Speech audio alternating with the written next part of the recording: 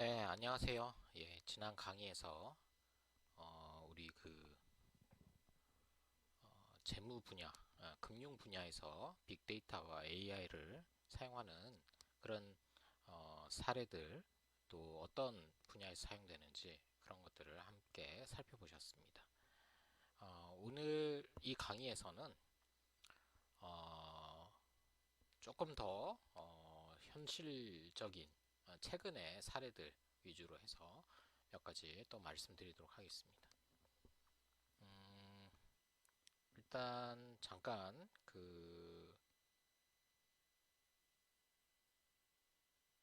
예, 사례를 하나 보여드리려고 하는데요. 예, 지금 보시는 게 하나의 이제 사례라고 할 수가 있겠는데요. 지난 시간에 말씀드린 것처럼 이제 크레딧 레이팅이라고 하는 게 국가별로 또는 기업별로 또 개인에 대해서도 굉장히 많은 평가가 이루어질 수 있다 말씀드렸고, 지금 보시는 게 국가별 주요 신용 평가 회사들의 평가 결과입니다. S&P, 무디스, 피치, DBRS라고 하는 그런 세계적인 글로벌 신용 평가 회사에서 국가에 대한 평가를 한 겁니다. 그래서 이것도 이제 데이터를 기반으로 해서 평가 모형을 만들어서 분석한 결과고요. 그래서 뭐 국가별로 뭐 또 신용 평가 회사마다 약간의 차이는 있지만, 예, 거의 뭐 비슷한 그런 평가들이 있고요. 그래서 뭐 주요 국가들 중에 이제 뭐 중국도 뭐 A 플러스 A1 뭐 이렇게 좋은 성적을 점수를 평가를 받고 있고요. 뭐 국가별로 좀 차이가 있습니다만은, 예, 한국도 뭐 거의 비슷하게 그런 평가를 받고 있는 것 같습니다. 그래서 아까도 말씀드린 것처럼 이제 국가별 평가들을 보면 뭐 이런 식의 그 평가를 볼 수가 있고, 이런 평가들이 국가에 대한 평가 결과고요. 아까 말씀드린 것처럼 또 기업이나 개인에 대한 평가도 우리가 이제 평가 모형을 만들어 사용하고 있는데, 그게 다 이제 빅데이터와 AI를 이용하는 그런 이제 어떤 결과라고 할 수가 있겠습니다. 기업 같은 경우는 예를 들어서 애플 같은 경우에 뭐 이런 기사들이 있습니다. 애플 무디스에서 트리플 A 등급을 애플에 작년 21년이죠. 21년에 준 이런 사례가 있고요. 또 S&P에서는 이제 더블 A 플러스 뭐 이런 점수를 준 어, 기록이 있습니다. 그래서 국가별로 뭐 기업별로 또 개인별로도 이런 평가를 해야 되는 게 이제 재무 금융에서 주요한 어떤 업무라고 할 수가 있고요. 예. 그래서 그런 것들을 어, 이런 알트만의 지스컴 모델이라든지 이런 것들을 활용해서 그런 분석을 할 수가 있겠습니다. 요거는 이제 조금 더 최근에 AI 기술을 이용한 신용평가 모형 크레딧 레이팅 모델이라고 할 수가 있겠고요. 이 코퍼레이트 기업에 대한 신용평가 모형이 되겠습니다. 자, 그래서 아래에서 보신 것처럼 뭐 우리가 지난번에 좀 배웠던 뭐 그런 방법은 아니지만 뉴럴 넷이라든지 뭐 로지스틱 리그레션이라든지 이런 이제 분석 방법, 이게 이제 로지스틱 리그레션이라는 통계학적인 데이터 분석 방법인데요. 예, 리그레션이라는 방법을 이용해서, 예, 사용하는 거고요. 이쪽은 이제 아티피셜 뉴럴 네트워크 지난번에 보셨죠? 예, 아티피셜 뉴럴 넷 신경망 모형을 이용해 가지고 말하자면 등급화를 하는 겁니다. 어떤 특정한 기업에 대해서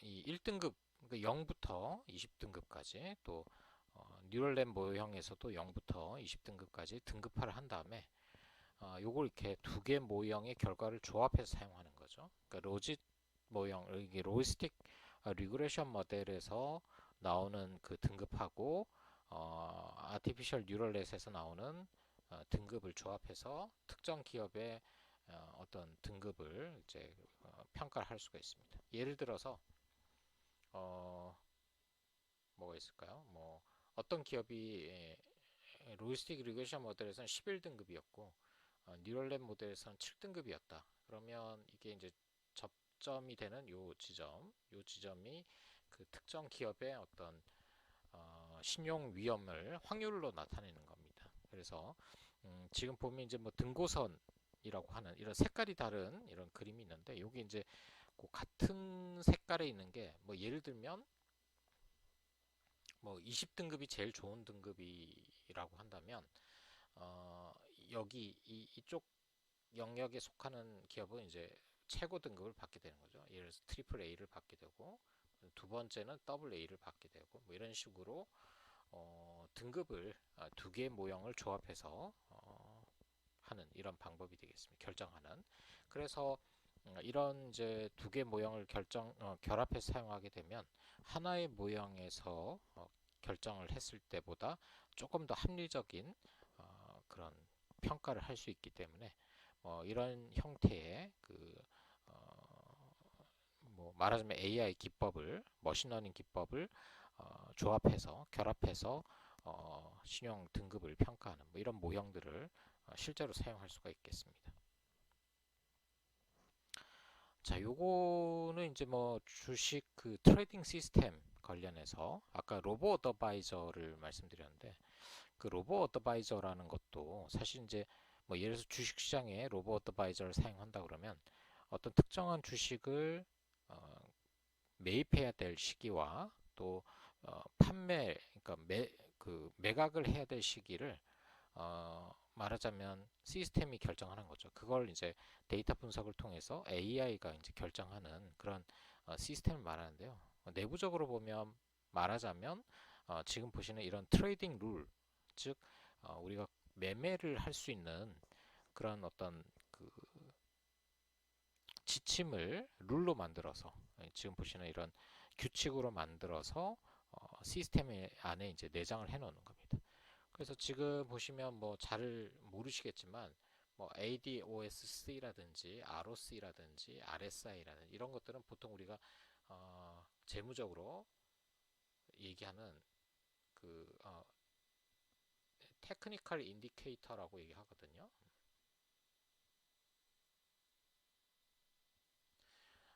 요게 이제 주식 가격이나 이런 그 거래량 데이터를 조합해 가지고 이런 이제 지표들을 만들 수가 있습니다. 그래서 우리 혹시 뭐 주식 투자를 해보신 분들은 AD 오실레이터라든지 뭐 ROC, RSI 뭐 이런 지표들을 좀 알고 계신 분들도 있을 수 있는데, 주식 가격이나 주식의 거래량 데이터를 가지고 이런 재무 지표들, 지금 테크니컬 인디케이터라는 것을 생성한 다음에 그 특정한 테크니컬 인디케이터가 뭐 예를 들어서 AD 오실레이터라는 그 지표가 0.329보다 큰 값이나 같은 값을 가지고, 그 다음에 ROC에서의 어떤 변동이 0.667보다 작으며 또 RSI가 0.642보다 작은 값을 가지고 그 전날의 어떤 그 %D라는 지표의 값이 0.733보다 작은 값을 가지고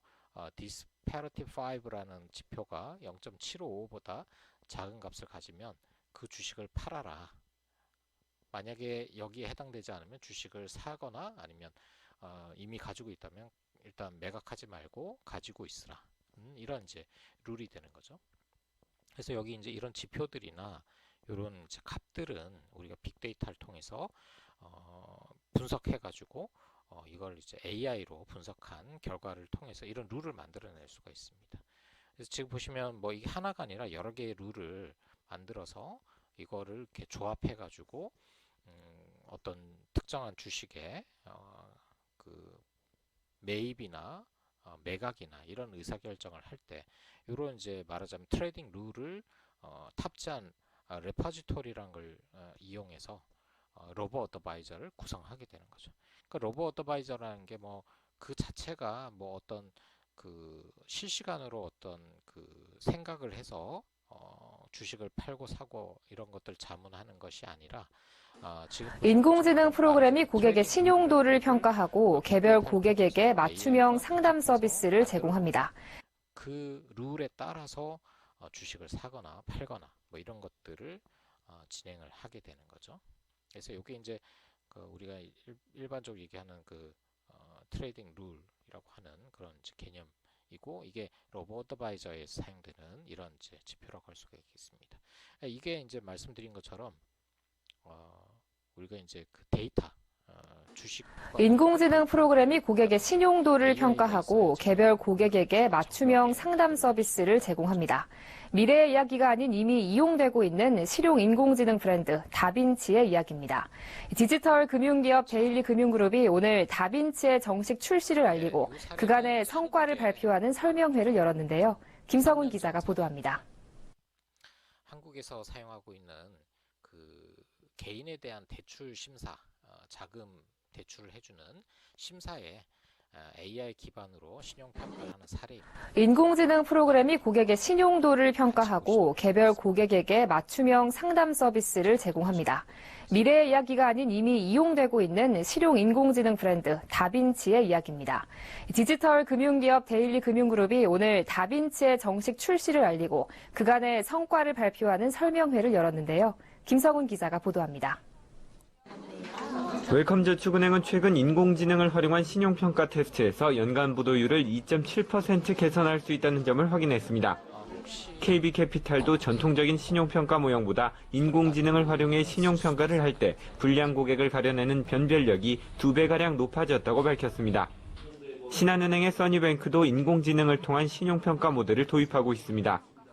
인공지능 프로그램, 즉 AI가 금융사의 빅데이터를 분석해 보험과 대출 심사를 하고 고객과 대화하며 맞춤형 상담을 해주는 서비스가 현실화되고 있습니다. 국내 최대 디지털 금융기업 데일리 금융그룹의 인프라 서비스 사업부 데일리 인텔리전스가 출시한 국내 최초 실용 인공지능 서비스 브랜드 다빈치의 이야기입니다. 실용 인공지능으로서의 다빈치는 금융산업 현장에서 가지고 있는 예측 분석 개선 그리고 고객 서비스 혁신과 같은 실질적인 문제점을 해결하고자 이제 만들어지고 개발된 인공지능 기술이고요. 약 1년의 개발 기간과 10억여 원의 비용을 들여 탄생한 다빈치는 빅데이터 분석 솔루션 다빈치 랩스와 챗봇의 진화형인 다빈치봇 등으로 구성됩니다. 다빈치 랩스는 빅데이터를 수집, 분석해 다양한 예측을 해낼 수 있는 인공지능 프로그램입니다. 기존의 연구용 인공지능과는 달리 정보 종류에 관계없이 데이터베이스만 넣으면 해당 정보와 관련된 분석들을 도출해내고 비전문가도 어렵지 않게 사용할 수 있습니다. 이러한 장점을 통해 보험사의 사고 손해액 예측력을 83% 올리고 대출 심사 승인율을 20% 이상 높이는 등의 성과를 거두어 지난해 이미 약 10억 원의 수익을 냈습니다. 다빈치봇은 준비된 선택지를 제시하는 기존의 고객 응대용 챗봇이 아닌 인공지능을 활용한 챗봇입니다. 고객 데이터 분석과 질문 학습으로 스스로 발전하면서 보다 다양하고 심도 있는 질문에 대답할 수 있습니다. 서울경제TV 김성훈입니다. 빅데이터를 수집, 분석해 다양한 예측을 해낼 수 있는 인공지능 프로그램입니다. 기존의 연구용 인공지능과는 달리 정보 종류에 관계없이 데이터베이스만 넣으면 해당 정보와 관련된 분석들을 도출해내고 비전문가도 어렵지 않게 사용할 수 있습니다. 이러한 장점을 통해 보험사의 사고 손해액 예측력을 83% 올리고 대출 심사 승인율을 20% 이상 높이는 등의 성과를 거두어 지난해 이미 약 10억 원의 수익을 냈습니다. 다빈치봇은 준비된 선택지를 제시하는 기존의 고객 응대용 챗봇이 아닌 인공지능을 활용한 챗봇입니다. 고객 데이터 분석과 질문 학습으로 스스로 발전하면서 보다 다양하고 심도 있는 질문에 대답할 수 있습니다. 서울경제TV 김성훈입니다. 네, 잠깐 보신 것처럼 AI를 개인에 대한 어떤 그 재무 신용 평가에 이용하게 되면 그 정확도가 상당히 높아진다. 그래서 이런 것들을 실제 사용하고 있는 그런 케이스 사례를 보여주는 그런 이제 기사가 되겠습니다. 뭐 이게 한국뿐만이 아니라 뭐 미국이나 중국에서도 이미 이런 AI를 기반으로 하는 신용평가 모형 같은 것들을 굉장히 많이 활용하고 있고요. 뒤에서 또 중국의 사례들도 좀 말씀드리겠지만 굉장히 뭐 최근에 그 빅데이터를 이용하는 이런 연구들이 또는 또 실무적으로 사용하는 시스템들이 많이 활용이 되고 있습니다. 좀 전에 말씀드린 이제 다빈치 랩이라고 하는 한국 회사의 사례를 이제 제가 말씀드렸는데 이런 다빈치 랩뿐만이 아니라 원래 뭐 이런 그 뭐 어떻게 보면 더 이전에 굉장히 유명한 회사 중에 하나가 미국에 있는 이제 제스트 파이낸스라는 회사, 굉장히 유명한 회사입니다. 그래서 이 회사는 이 머신러닝 기술을 하고 빅데이터를 이용해서 개인에 대한 신용평가 모형을 만들어서 사용하도록 한 그런 이제 케이스고요. 아까도 말씀드린 것처럼 기업에 대한 신용평가 또는 국가에 대한 신용평가는 이미 오래전부터 많이 이루어졌는데, 그 이유는 올 초 이세돌 국가나 또 그런 대기업들의 경우에는 말씀드린 것처럼 이런 재무 보고서를 만들어야 되는 그런 의무들이 있었기 때문에 이미 데이터들이 많아서 이런 평가 모형들이 이미 많이 만들어져서 사용되고 있었죠. 반면에 개인에 대해서는, 개인 그 사람에 대한 신용평가에 대해서는 이런 데이터들이 뭐 강제로 만들어지는 게 아니라 개인 정보이기 때문에 이런 것들을 활용을 잘 못했었다는 거죠. 근데 최근에는 이런 이제 재무적인 데이터뿐만 아니라 올 초 이세돌 개인의 구단과 알파고의 빅데이터를 바둑 이용해서 대국으로 인공지능이 크게 화제가 됐는데요. 이때 구글이 평가 알파고를 위해 개발한 기술이 그런 바로 것들이 딥러닝이었습니다. 수많은 개인에 데이터를 대한 통해 컴퓨터 스스로 추심사, 학습하는 이런 건데요. 분야에서 신한카드가 이 현재 딥러닝 기술을 되고 카드 있습니다. 부정 사용 거래 적발 시스템에 적용하기로 했습니다. 예, 앵커 또 다른 리포트입니다. 케이스 하나 더 보도록 하겠습니다. 지난해 남미로 여행을 다녀온 A씨. 여행 경비를 얼마나 썼나 통장 잔액을 확인한 순간 경악했습니다. 간 적도 없는 곳에서 무려 5차례에 걸쳐 150만 원 상당이 통장에서 빠져나갔기 때문입니다. 남미의 한 슈퍼마켓에서 물건을 사는 동안 직원이 A씨의 카드를 복제한 것입니다. A씨는 무려 3개월 만에 돈을 보상받을 수 있었습니다. 앞으로는 해외에서 자신도 모르는 새 벌어지는 이런 카드 부정 사용을 방지할 수 있게 될 전망입니다. 신한카드는 알파고 바둑 대결로 유명해진 인공지능 딥러닝 방식을 이용해 카드 부정 거래를 적발하는 방안을 업계 최초로 추진하기로 했습니다. A씨처럼 자신의 카드가 부정하게 사용돼 해외에서 금액이 결제될 경우 예전에는 사람이 부정거래 패턴을 입력해서 찾아내야 했지만 이 딥러닝을 도입하면 컴퓨터 스스로 이 패턴을 구조화한 후 자동으로 이런 방식으로 진행되는 부정거래를 중단시켜주는 것입니다. 신한카드는 향후에 이제 포착된 그 해외 이상거래 징후에 대해서 주요 관계당국 및 카드업계와 공유를 하는 등 공익적인 차원에서도 그 딥러닝 FDS를 활용할 계획입니다. 신한카드는 인공지능을 도입한 부정사용거래 적발 시스템을 서울대 연구진과 협업을 통해 시스템 구축이 완료되는 대로 이르면 올해 안에 도입할 방침입니다. 서울경제TV 정한입니다. 신한카드는 알파고 바둑 대결로 유명해진 인공지능 딥러닝 방식을 이용해 카드 부정 거래를 적발하는 방안을 업계 최초로 추진하기로 했습니다.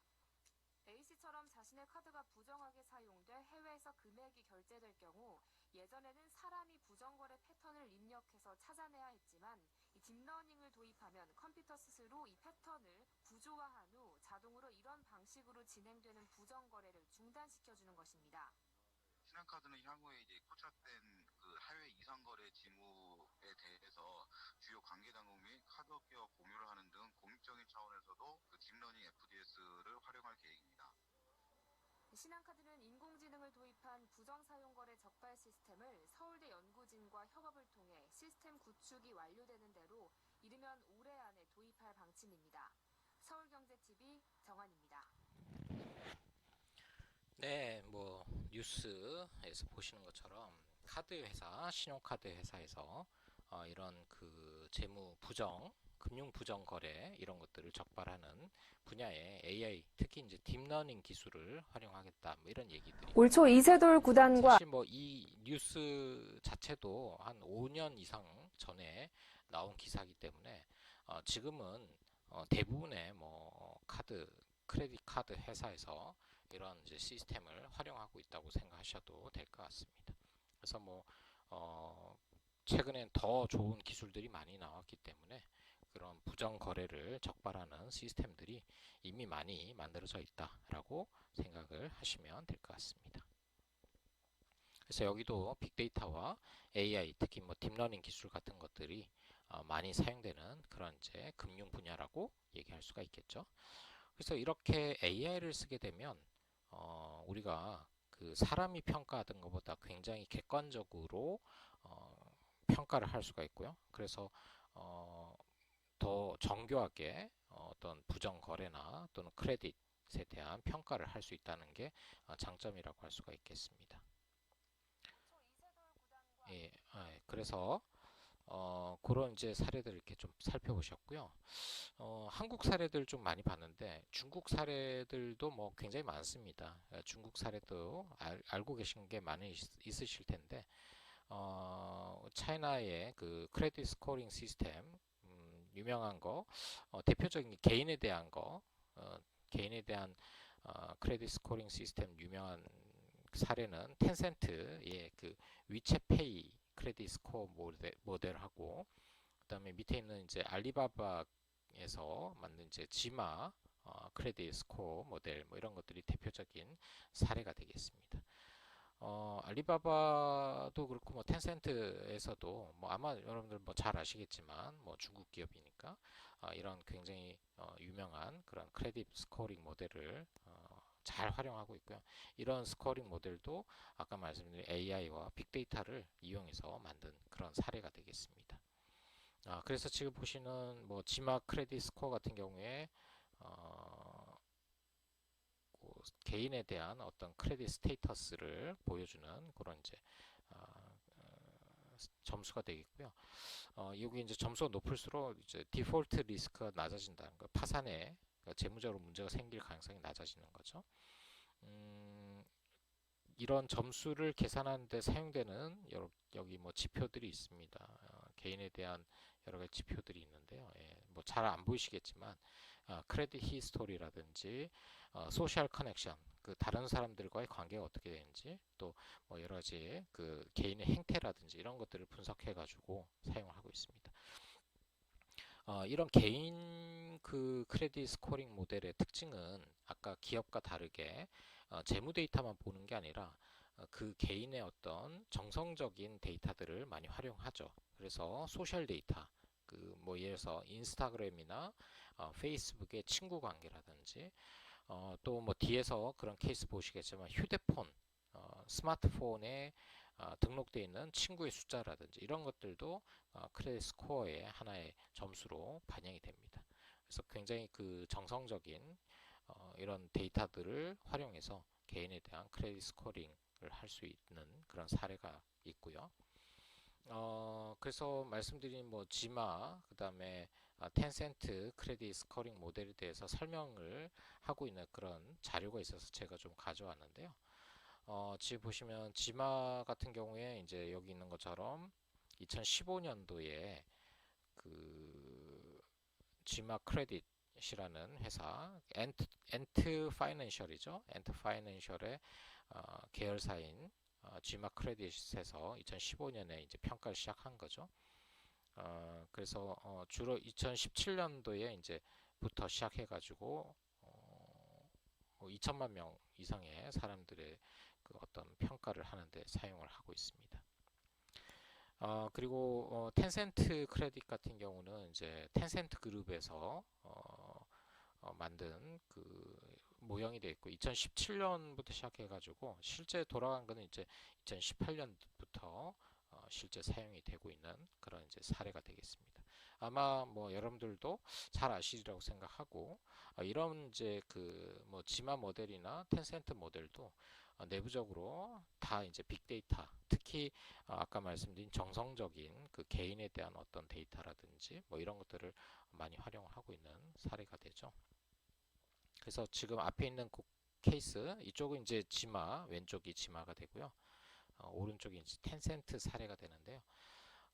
뭐 자세한 내용은 이 아래에 있는 요 사이트에 가셔서 보셔도 되는데 여기 이제 지마 모델하고 이제 텐센트 모델이 있는데 지마 모델 같은 경우는 지금 보신 것처럼 크레딧 히스토리라든지 fulfillment capacity, personal characteristics, behavior and preference, interpersonal relationship 이런 것들을 이용하고 있습니다.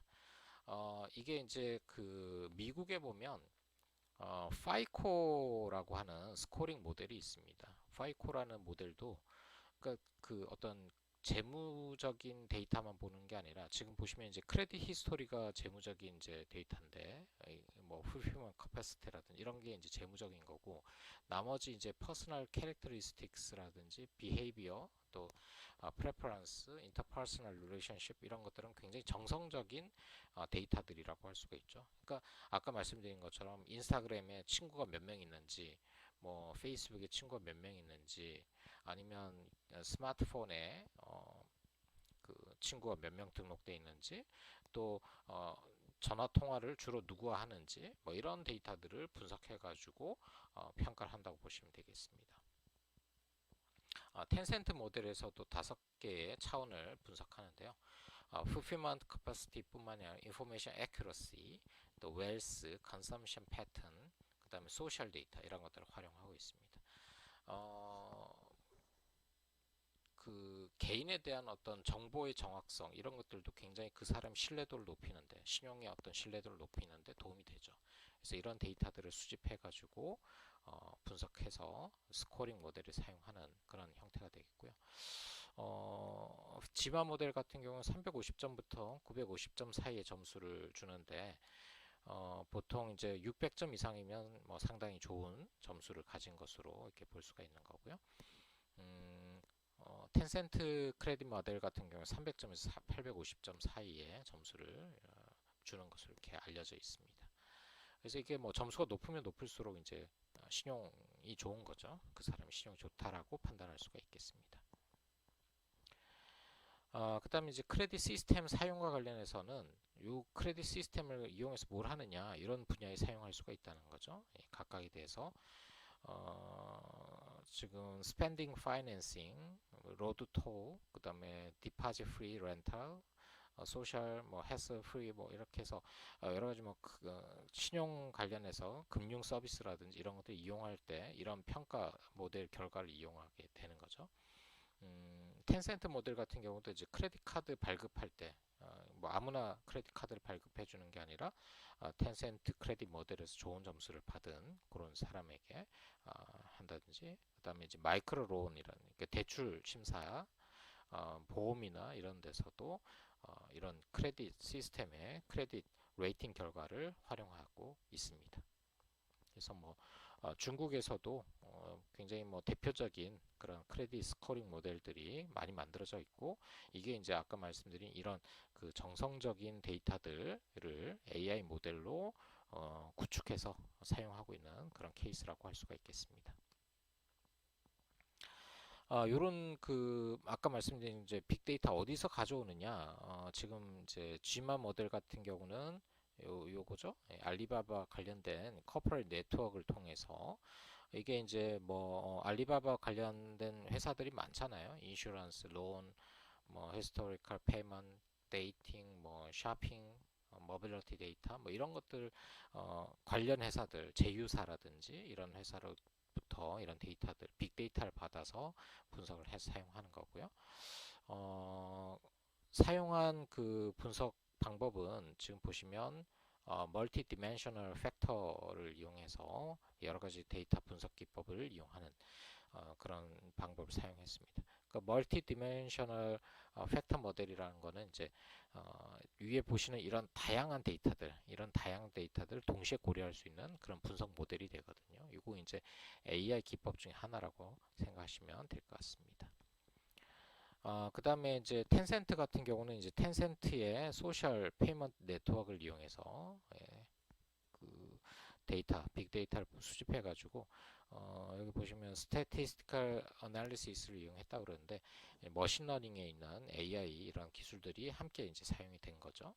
네, 그래서 그런 것들을 이용을 하는 그런 케이스라고 할 수가 있겠습니다. 그 다음에 이제 퍼스널 프라이버시와 관련해서는 뭐 이런 얘기가 있는데요. 보통 이제 아까도 말씀드린 것처럼 개인에 대한 신용평가는 개인정보를 이용해야 되기 때문에 여기에 대해서 개인이 어느 정도 동의를 해야 되는 거죠. 그래서 지금 보시는 것처럼 크레딧 스코어를 이렇게 다른 사람하고 이렇게 공유하기 전에 사용자로부터 이제 그 사용 동의를 이제 받게 되는 거죠. 그 데이터에 대한 또 분석 결과에 대한 사용 동의를 받아서 사용할 수 있도록 하고 있고요.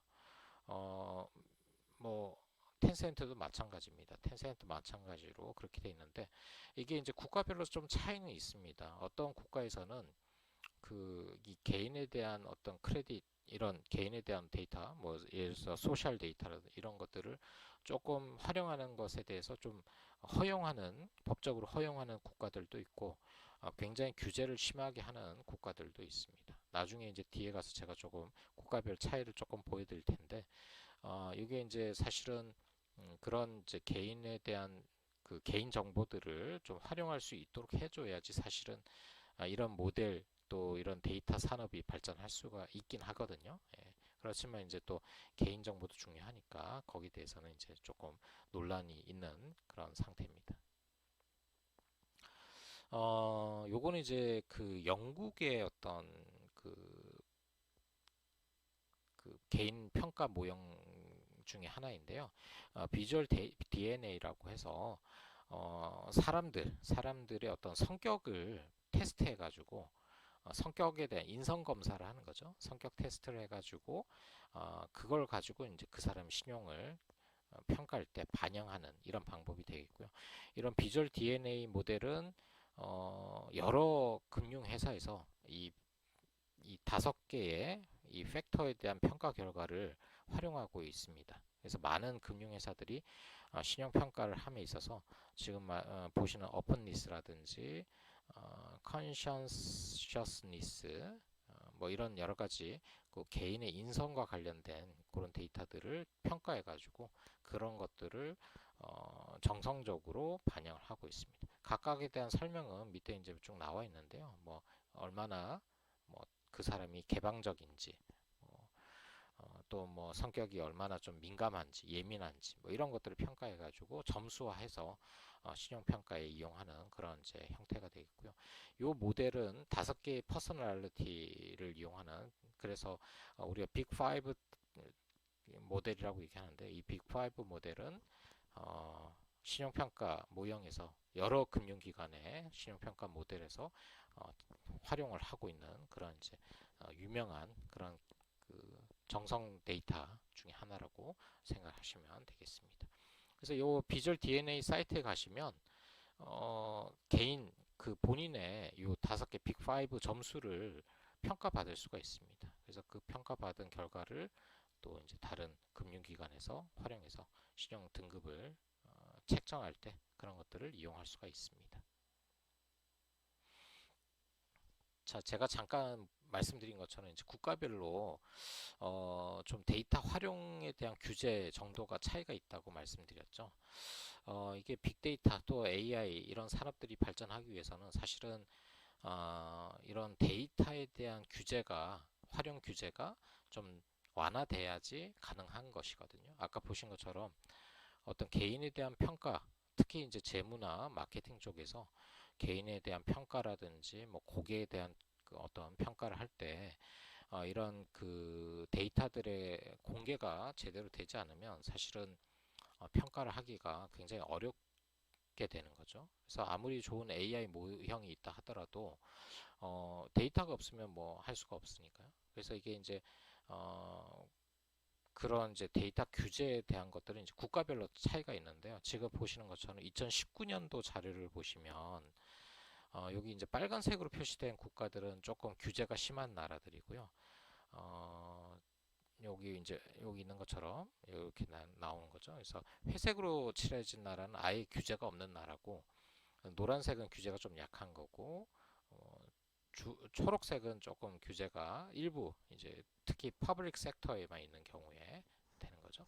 지금 보시면 중국 같은 경우 2019년도를 기준으로 했을 때 하늘색 즉 프라이빗 섹터 위주로 이렇게 데이터 활용에 대한 규제를 하고 있는 그런 국가 중에 하나고요. 반면 한국은 굉장히 규제가 심하죠. 예, 지금 보시면 퍼블릭과 프라이빗 섹터를 다 규제를 하고 있고요. 반면에 미국 같은 경우는 이제 또 퍼블릭 섹터에 대해서만 주로 규제를 하고 있는. 그래서 결과적으로 말씀드리면 이제 한국이 제일 규제가 심했고 2019년도 현재. 그다음에 이제 그 다음으로 중국이 좀 심한 편이고, 미국이 다른 나라들보다 조금 개방적인. 그래서 미국이 데이터 산업이 발전한 이유 중에 하나가 뭐 그런 이제 데이터에 대한 활용 규제가 적었기 때문에 뭐 그렇다라고 또 생각을 할 수도 있겠습니다. 물론 이제 뭐 AI 기술에 뭐 그 탁월성도 있겠습니다만은 뭐 일단 데이터가 있어야지 데이터를 활용할 수 있기 때문에 그런 규제가 좀 완화될 필요가 있는데요. 근데 문제는 국가적으로 세계적으로 이런 규제가 점점 심해지고 있다는 거죠. 그러니까 예전에는 이제 미국 같은 경우에 개인 정보에 대한 규제가 그렇게 심하지 않았는데요. 올해 자료를 보시면 굉장히 심해진 것을 볼 수가 있습니다. 2022년 자료를 보시면 한국은 원래부터 굉장히 규제가 심했고 중국도 예전보다 규제가 굉장히 심해졌습니다.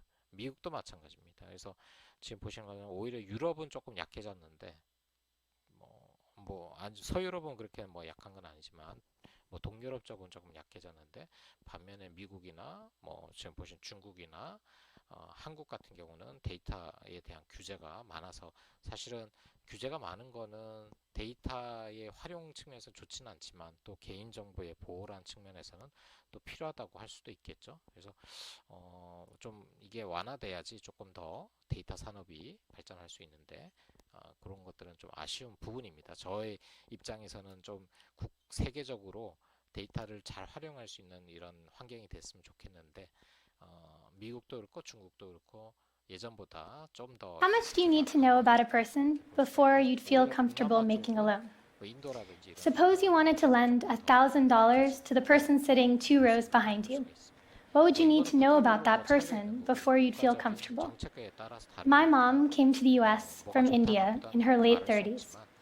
She's a doctor in Brooklyn, and she often lets friends and neighbors come to see her for health services, whether 규제가 좀 강하게 만들어지고 있다라고 생각을 하시면 되겠습니다.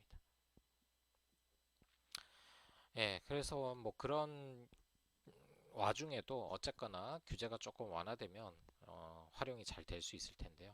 다음 페이지에서는 그런 이제 사례를 간단하게 하나 보여드리도록 하겠습니다.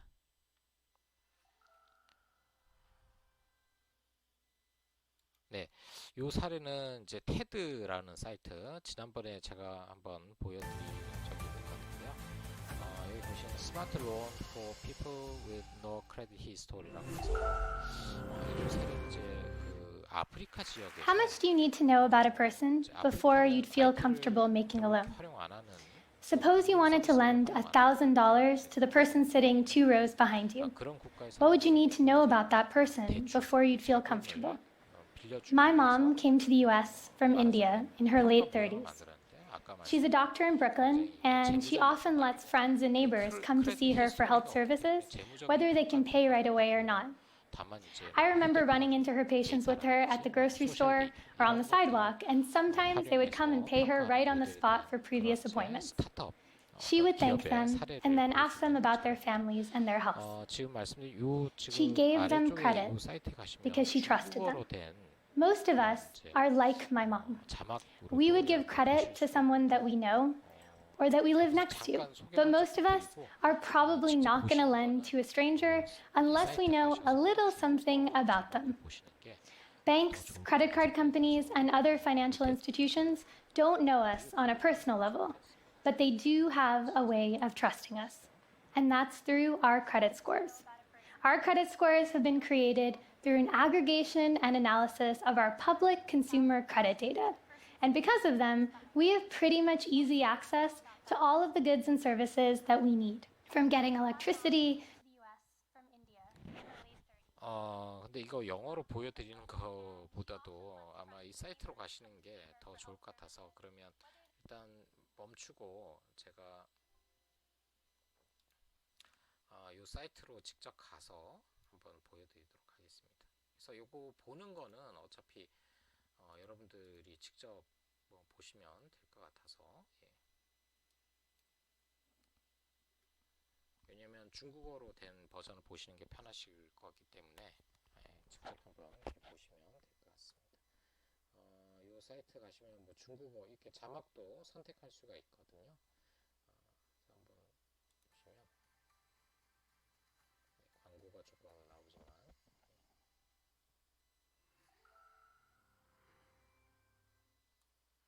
How much do you need to know about a person before you'd feel comfortable making a loan?